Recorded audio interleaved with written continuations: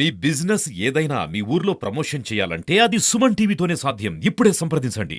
ఈరోజు రాష్ట్ర ప్రభుత్వం ఆంధ్రప్రదేశ్లో కూటమి ప్రభుత్వంగా ఏర్పడింది. చాలా శుభ సంతోషము.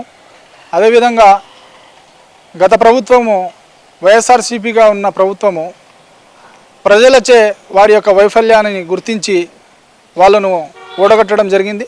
అయినప్పటికీ 11 మంది శాసనసభ్యులుగా ఎన్నుకోవడం జరిగింది.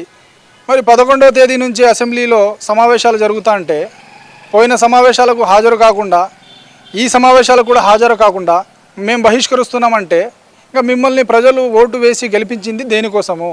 ఆయా నియోజకవర్గాల్లో ఉండే సమస్యల గురించి మనం వెళ్ళి అసెంబ్లీలో అయితే మాట్లాడలేము. ఇంకా మిమ్మల్ని గెలిపించినందుకు మీరు పోయి అసెంబ్లీలో ప్రశ్నించాలా? వారి యొక్క వైఫల్యాల మీద మీరు ప్రశ్నించకపోతే ఎవరు ప్రశ్నించాలా? అసలు మీ అసెంబ్లీకి వెళ్ళాల్సిన బాధ్యత మీకు ఉందా లేదా? అసలు మీరు దాన్ని బహిష్కరించడం ఏంది? అది మీ అవివేకమా లేదా మూర్ఖత్వమా అనేది మీరే నిర్ణయించుకోవాలి. అలా మీరు వెళ్లకుండా ఉండాలి అని అనుకుంటే మీరు శాసనసభ్యులుగా మీరు 11 మంది రాజీనామా చేయండి. ప్రజల పక్షాన పోరాటం చేస్తారా లేదా రాజీనామా చేస్తారా? అసలు మీరు గెలిచింది లేదంటే మీరు మేనిఫెస్టోలో పొందుపరచండి.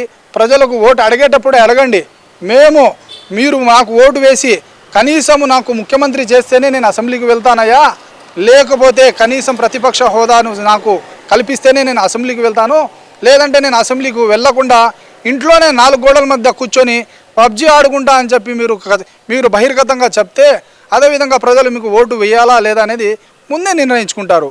ఈరోజు మీకు జీతాలు అందుతున్నాయా? అందుతున్నాయి. మరి దేనికోసం అందుతున్నాయి? మీరు ఒక శాసనసభ్యులుగా మీరు జీతాలు తీసుకుంటూ ప్రజల కోసం పోరాటం చేయకుండా, అంటే మీరు కేవలం మీ కుర్చీ కోసం మాత్రమే రాజకీయాలకు వచ్చారా? అంటే ప్రజల సమస్యలు మీకు పట్టించుకోవా? వాళ్ళ యొక్క గోడు, వాళ్ళ యొక్క ఆవేదన మీకు పట్టించుకోవడం లేదా? ఇన్ని రకాల సమస్యలు ఇబ్బందులు ఎదుర్కొంటున్నా మీకు ప్రతిపక్ష హోదా కావాలంటున్నారు.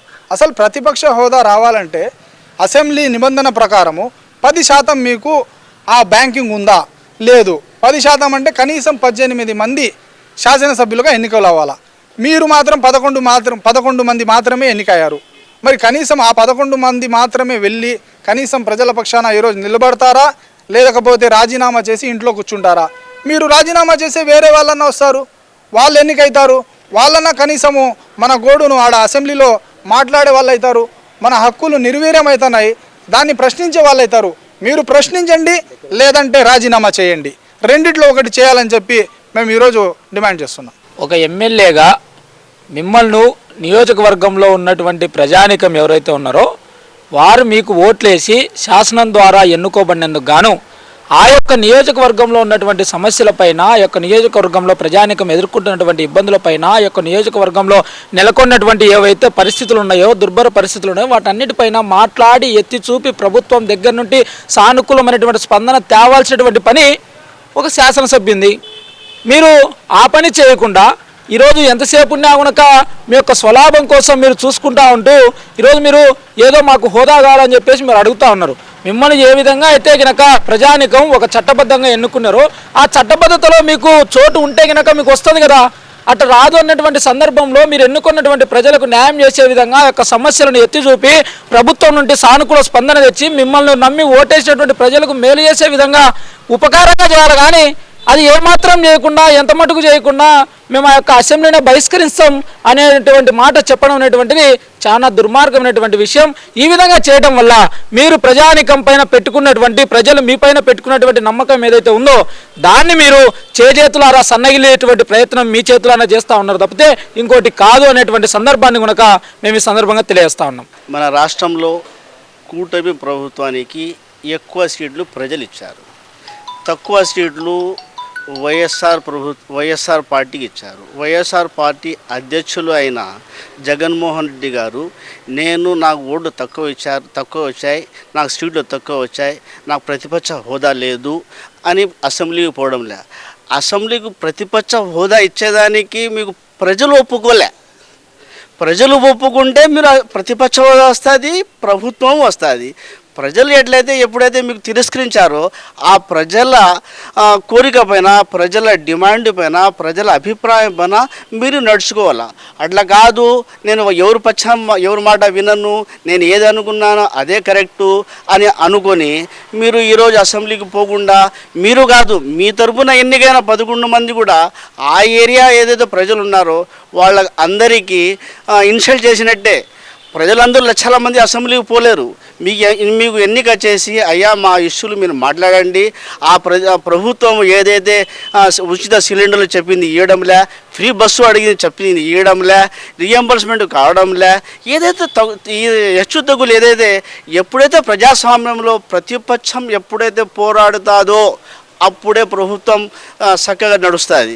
అందుకోసం మీకు ఇచ్చిన అవకాశానికి సద్వినియోగపరచుకొని ప్రతిపక్షం ఈకున్నా కూడా ప్రజలు ఇలా మీకు ప్రతిపక్షం ప్రభుత్వం ఏమిస్తుంది, ప్రభుత్వం ఇయ్యదు. ప్రజలు ఎవరికైతే వాళ్ళకి ఈసారి ప్రభుత్వం ముందు మీకు ఇచ్చారు, ప్రభుత్వం మీరు ఫెయిల్ అయినారు కాబట్టి ప్రజలు వాళ్ళకి ఇచ్చారు. ప్రజల తీర్పు గౌరవిస్తూ ప్రజల సమస్య కోసం ఏదైతే మన అసెంబ్లీ ఉందో, అసెంబ్లీ మన ఆంధ్రప్రదేశ్ మొత్తానికి అసెంబ్లీ, అక్కడ మన ఏదైతే ఇష్యూస్ ఉన్నాయో, ఏదైతే మా సమస్యలు ఉన్నాయో మీరు చెప్తారని మేమందరం ఎలక్షన్ చేసి మీకు పంపించాం. మీకు ప్రజలు తిరస్కరించినప్పుడు ప్రజల ఏదైతే బాధ్యత ఉందో ఆ బాధ్యత పైన మీరు నడిచి అసెంబ్లీకి పోవాలా. లేదు అంటే మేము అసెంబ్లీకి పోలేము, మేము పనికిరాము అని రిజైన్ చేసేయండి. వేరే వాళ్ళు వస్తారు, ప్రజల సమస్య కోసం పోరాడే వాళ్ళు వస్తారు.